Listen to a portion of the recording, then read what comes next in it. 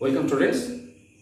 Anabolism এবং catabolism, anabolism বা উপচিতি বিপাক, ক্যাটাবলিজম অপচিতি বিপাক। যে প্রক্রিয়ায় জীবদেহের শুষ্ক ওজন ড্রাই ওয়েটের গ্রোথ হয়, শুষ্ক ওজন বৃদ্ধিপ্রাপ্ত হয়, দ্যাট ইজ উপচিতি বিপাক বা অ্যানাবলিজম। আর শুষ্ক ওজন হ্রাস হয়, শরীর ভেঙে যায়, দ্যাট ইজ ক্যাটাবলিজম। তো গ্লুকোজের বিপাকের সঙ্গে জড়িত একটা দুটো অ্যানাবলিজম, ক্যাটাবলিজম, এই কয়েকটা প্রক্রিয়া আজকের আমার এই ভিডিওতে আমি বলবো। তো নাম্বার 1, গ্লাইকোজেনোলাইসিস।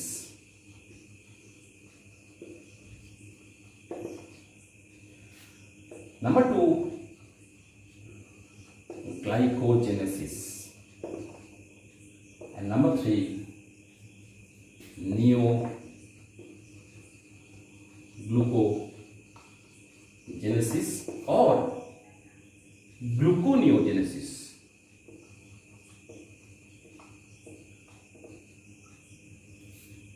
কার্বোহাইড্রেট মেটাবলিজমের সঙ্গে জড়িত আরও কয়েকটা প্রক্রিয়া রয়েছে, যেটা অলরেডি আমি বলেছি তোমাদেরকে সেলুলার মেটাবলিজমের মধ্যে। Number 4, glycolysis. Number 5, Krebs cycle. Number 6, electron transfer system. যদিও ইলেকট্রন ট্রান্সফার সিস্টেম যেটা কার্বোহাইড্রেটের মেটাবলিজমের সঙ্গে রিলেটেড নয়, তবু কিছুটা পরিমাণ হলেও রিলেটেড, যেহেতু সেলুলার রেসপিরেশনের সঙ্গে জড়িত, সেটা আমি নামটা বললাম। তো অ্যাকচুয়ালি গ্লাইকোলাইসিস, ক্রেবস সাইকেল এবং ইলেকট্রন ট্রান্সফার সিস্টেম, এই প্রসেসগুলো অলরেডি সেলুলার রেসপিরেশনের ভিডিওতে 3টে ভিডিও আমি আলাদা করে দিয়েছি, সেগুলো তোমরা নিশ্চয়ই দেখেছো, সেলুলার রেসপিরেশনের মধ্যে রয়েছে।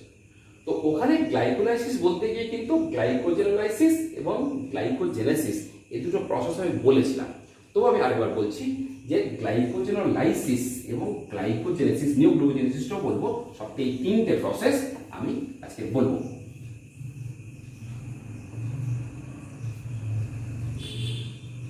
গ্লাইকোজেন থেকে ভেঙে গ্লুকোজ হওয়া, glycogenolysis.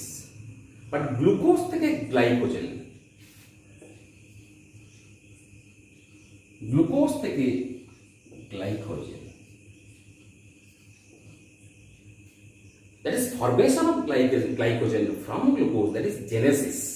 Formation means genesis. Glycogenesis, genesis means formation, glycogenesis, that is formation of glycogen, glycogenesis from glucose to glycogen. কিভাবে হয়? গ্লাইকোলাইসিস প্রক্রিয়াতে তোমরা দেখেছিলে যে গ্লাইকোজেন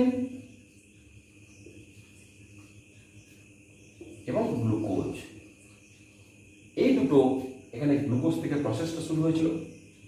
গ্লুকোজ 6 ফসফেট,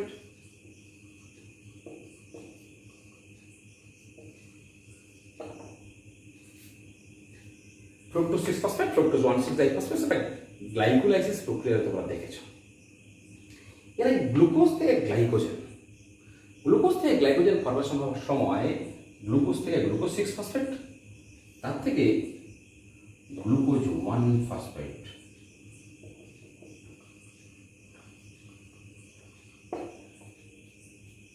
দেখো, বিপরীত প্রক্রিয়া, যদি আমরা সাফিসিয়েন্ট খাবার দাবার না খাই, ফাস্টিংয়ে থাকি, তখন কোষের মধ্যে যে গ্লাইকোজেন থাকে, সেটা গ্লাইকোজেনটা গ্লাইকোজেনোলাইসিস প্রক্রিয়ায় গ্লাইকোজেন ভেঙে গিয়ে এই পদ্ধতিতে উল্টোভাবে গ্লাইকোজেন থেকে glucose 1 phosphate, then glucose 6 phosphate, and so on, glycolysis will start. কিন্তু যদি গ্লাইকোজেন ফরমেশন হয়, আরে আগে জমা না থাকলে ভাঙবে কি করে পড়ে? আমি যদি টাকা না জমাই তাহলে ব্যাংক থেকে তুলবো কি করে? তাহলে আগে জমানো হয়েছিল, এক্সেসিভ পরিমাণে যতটা প্রয়োজন তার থেকে বেশি পরিমাণে গ্লুকোজ যদি আমি খাই, তাহলে সেই গ্লুকোজটা যকৃৎ এবং পেশিকোষের মধ্যে জমা হতে শুরু করে থ্রু গ্লাইকোজেনেসিস। সেক্ষেত্রে কি হয়? গ্লুকোজ থেকে গ্লুকোজ 6 ফসফেট, গ্লুকোজ 6 ফসফেট থেকে গ্লুকোজ 1 ফসফেট, গ্লুকোজ 1 ফসফেট থেকে মাঝখানে একটা স্টেপ থাকে UDP glucose, and then glycogen. এই প্রসেসটা যদি এরকম বাঁকাভাবে না লিখে আমি স্ট্রেট করে লিখি, তাহলে ঘুরিয়ে নিলেই হয় যে গ্লুকোজ থেকে glucose 6 phosphate, then glucose 1 phosphate, দেন ইউডিপি গ্লুকোজ, দেন গ্লাইকোজেন। তাহলে গ্লাইকোজেনেসিস, গ্লুকোজ থেকে গ্লাইকোজেন,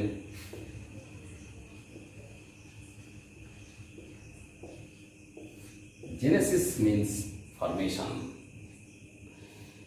এবারে আমি আসি গ্লাইকোজেনোলাইসিস। গ্লাইকোজেনোলাইসিস ঠিক উল্টো প্রক্রিয়াটা, গ্লাইকোজেন ভেঙে যাবে, কিন্তু গ্লাইকোজেন ফরমেশন হওয়ার সময় যখন ইউডিপি গ্লুকোজ লাগে, গ্লাইকোজেন ভেঙে যাওয়ার সময় কিন্তু ওটা লাগে না। সেক্ষেত্রে প্রসেসটা যদি গ্লাইকোজেনেসিস না হয়ে গ্লাইকোজেন থেকে গ্লাইকোজেন ফরমেশন, গ্লাইকোজেনোলাইসিস।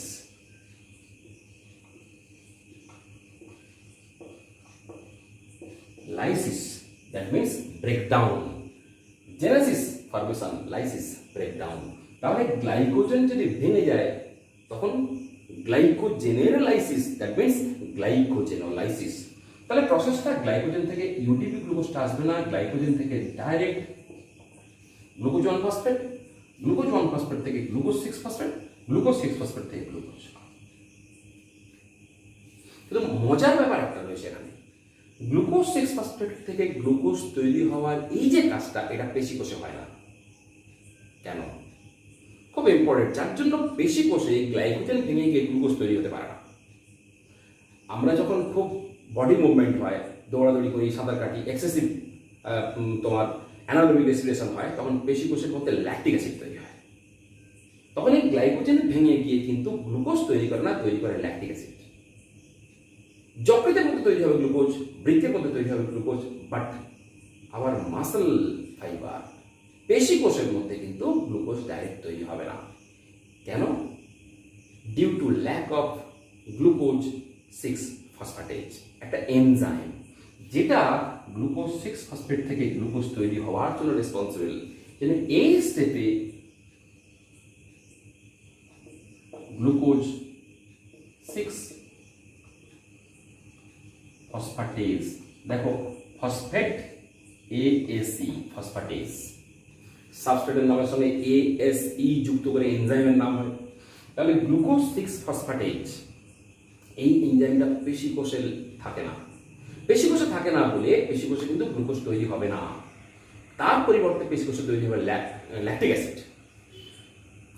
তাহলে তোমরা গ্লাইকোজেনেসিস এবং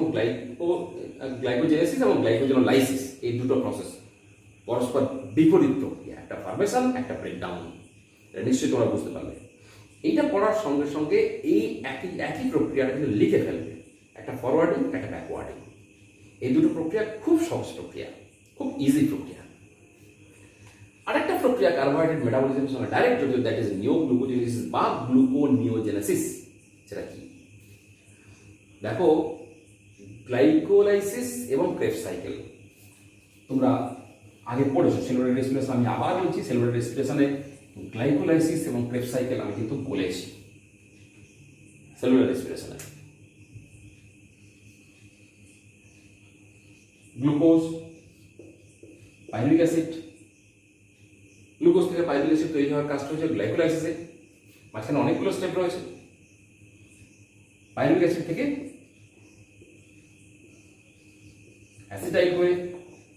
অ্যাসিটাইল করে চক্রাকার পদ্ধতিতে ক্রেবস সাইকেল সম্পন্ন করবে। এইটা ফরওয়ার্ডিং না হয়ে ব্যাকওয়ার্ড, এখানে মাঝখানে alpha beta glutamic acid, oxaloacetic acid, citric acid, cis aconitic acid, isocitric acid, oxalosuccinic acid, succinic acid, fumaric acid, malic acid, oxaloacetic acid, এগুলো ছিল। আমি এবং বলেছিলাম যে ক্রেবস সাইকেল পড়াতে গিয়ে যে এই যে স্টেপগুলো আছে, এই যে অ্যাসিডগুলো তৈরি হয়েছে, এই অ্যাসিডগুলো থেকে এগুলো একটা মোড়, একটা রাস্তার 4 মাথার মোড় বা 3 মাথার মোড় বা 5 মাথার মোড়। তারপরে এই রাস্তাটা কেবলমাত্র এগিয়ে গেছে তার মানে এই নয়, এই রাস্তাতে এই যে মোড়টা, এখান থেকে অন্য কিছু তৈরি হতে পারে ইফ নেসেসারি। এই যে মোড়টা, এখান থেকে অন্য কিছু তৈরি হতে পারে, তৈরি হয়। কোনো অ্যামাইনো অ্যাসিড, কোনো ফ্যাটি অ্যাসিড, শরীরের প্রয়োজনে এই সমস্ত অ্যাসিড থেকে অন্য কোনো অ্যাসিড তৈরি, আলফা কিটোগ্লুটারিক অ্যাসিড, সাকসেনিক অ্যাসিড, এই অ্যাসিড থেকে অন্য কোনো এসেন্সিয়াল অ্যামাইনো অ্যাসিড তৈরি হয়। তাহলে সেগুলো নন কার্বোহাইড্রেট। কোনো fatty acid, amino acid, those are non carbohydrate compound. এই যে নন কার্বোহাইড্রেট কম্পাউন্ড, এবার যদি আমি ফাস্টিংয়ে থাকি,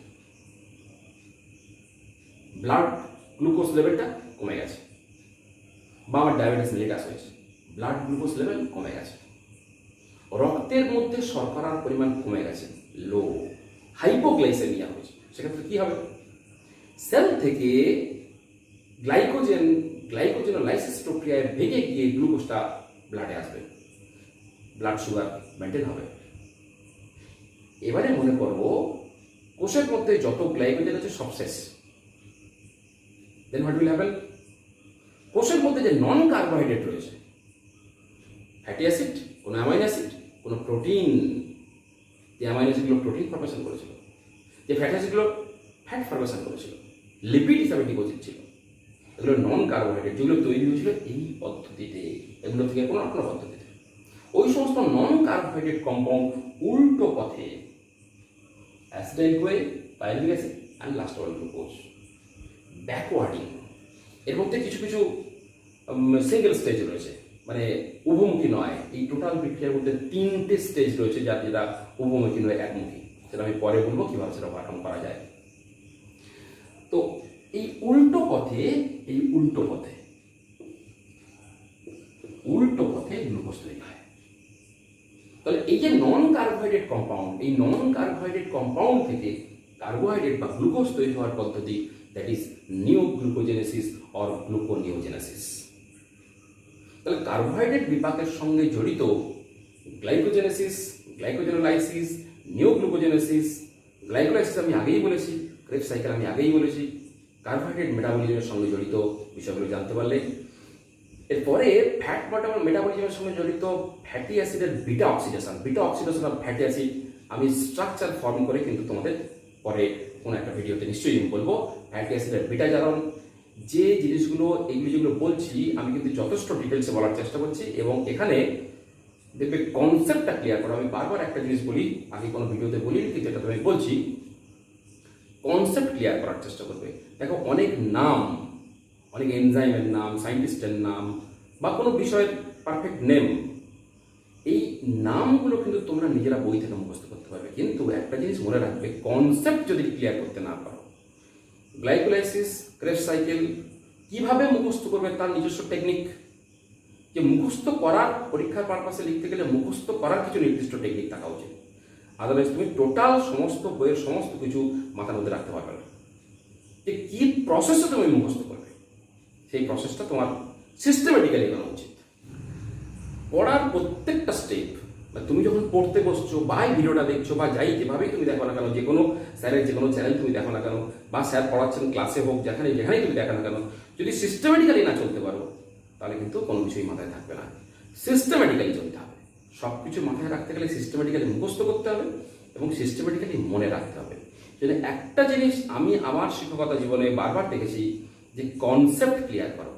দেখো ঠাকুর যখন তৈরি হয় না, তখন ঠাকুরের পটোদার যখন করে তখন কিন্তু শুধু মুখটা নিয়ে বসে থাকে না, যে মুখটা তৈরি করলো, তারপরে তার চোখ এঁকে ফেললো, টোটাল রং করে ফেললো, এত টোটাল মুখটা কমপ্লিট করে নিয়ে ছেড়ে দেয় না। মাথা, হাত, পা, বডি টোটাল স্ট্রাকচার তৈরি করে ফেলে আগে, তারপরে টোটাল স্ট্রাকচারে কাদা মাখায়, টোটাল স্ট্রাকচারে রং করে, টোটাল স্ট্রাকচার, মানে তুমি দেখলে একবার হাত করলে, একবার পা করলে, একবার মুখটা কমপ্লিট করে নিলে, লাস্টে জুড়তে গিয়ে দেখতে পেলে কারোর সঙ্গে কারোর সামঞ্জস্য নেই। পড়াশোনাটাও ঠিক তাই। আমি মনে করি চ্যাপ্টারগুলো কমপ্লিট করো, কমপ্লিট পর উপর থেকে যেতে হবে। তোমাকে কনসেপ্ট ক্লিয়ার করতে হবে। প্রথমে করা উচিত কি, কনসেপ্ট ক্লিয়ারেন্স, যে কীভাবে হচ্ছে জিনিসটা, গ্লাইকোলাইসিস কীভাবে হচ্ছে, গ্লাইকোজেনেসিস, নিওগ্লুকোজেনেসিস, গ্লাইকোজেনোলাইসিস, বা কার্ডিয়াক সাইকেল, বা রেসপিরেটরি সিস্টেম, বা মেন্ডেলিয়ান প্রিন্সিপাল, যাই কিছু বলো না কেন, বা ইভলিউশন, যা কিছু হোক না কেন, কনসেপ্ট ক্লিয়ার করা দরকার। কনসেপ্ট ক্লিয়ার করার পরে মানে স্ট্রাকচার রেডি হলো। স্ট্রাকচার রেডি হওয়ার পরে তোমাকে তারপরে একটু একটু করে তার রিলেটেড বিষয়গুলো মনে রাখতে হবে, কারণ পরীক্ষার খাতাতে তোমাকে নামাতে হবে। অতএব কীভাবে মনে রাখবে, কীভাবে পড়বে, যেমন আমি বললাম, পরে কোনো নিশ্চয়ই কোনো ভিডিওতে আমি আরও ডিটেলসে বলবো যে পড়ার টেকনিকটা কীভাবে হওয়া উচিত, এবং লকডাউন পিরিয়ডটাকে তোমরা নিশ্চয়ই ইউটিলাইজ করছো, যাতে তোমাদের ভবিষ্যতে আরও ভালো হয়। আমি আরও ডিটেলসে বলবো কীভাবে ইউটিলাইজ করবে, নিজের পড়ানো অল্প সময় খাটবে, অল্প সময় কিন্তু তার রেজাল্ট ম্যাক্সিমাম কীভাবে পাবে, আমি কোনো একটা ভিডিওতে নিশ্চয়ই ডিসকাস করবো।